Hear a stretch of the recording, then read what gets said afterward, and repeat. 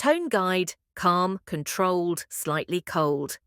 Think late-night BBC documentary meets true crime narration, short pauses, let silence breathe. This story does not exist in any official record. It was never mentioned by the studio, and it certainly was never meant to leave the building. But during the final weeks of Neja 2, someone died, and everyone who was there knew. It was not supposed to happen.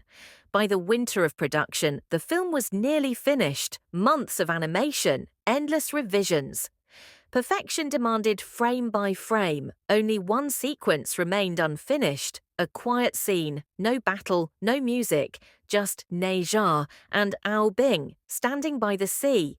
The director wanted discomfort, not fear, not action, discomfort. So the task was assigned to a single technician, a night shift lighting artist, someone who preferred to work alone. Inside the studio, they called him the Night Man. He arrived after midnight, as always. No witnesses, no conversation, just a locked room, a glowing monitor, and a scene that refused to feel right. He lowered the light, extended the shadows, let the darkness breathe. Then he rendered the scene, and that was when he noticed it. The shadow behind Neja was not behaving like a shadow. Neja's head was lowered, but the shadow was looking up. At first, he assumed it was fatigue. 14-hour shifts have a way of playing tricks on the mind. He reloaded the file, checked the rig, scrubbed the timeline frame by frame. Everything was correct, except the shadow.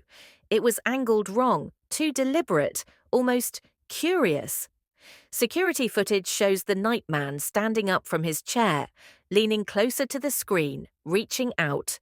At 2:17 a.m., the audio cuts out. At 2:18, the camera feed freezes. By morning, the studio door was still locked from the inside. They found him on the floor, no wounds, no signs of struggle, just wide eyes, and a heart that had stopped beating. The official cause of death was listed as natural, a sudden cardiac failure. But the attending physician made a private remark, never meant for public records.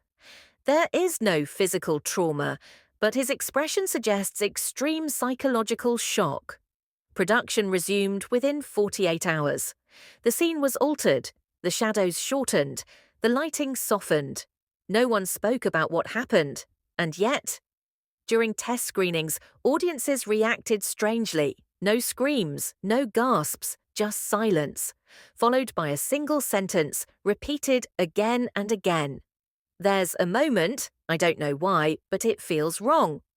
The Nightman's name does not appear in the credits, but some animators swear that if you pause the final cut, just for a frame, the shadow behind Neja still stretches a little too far, as if something was never meant to be rendered at all.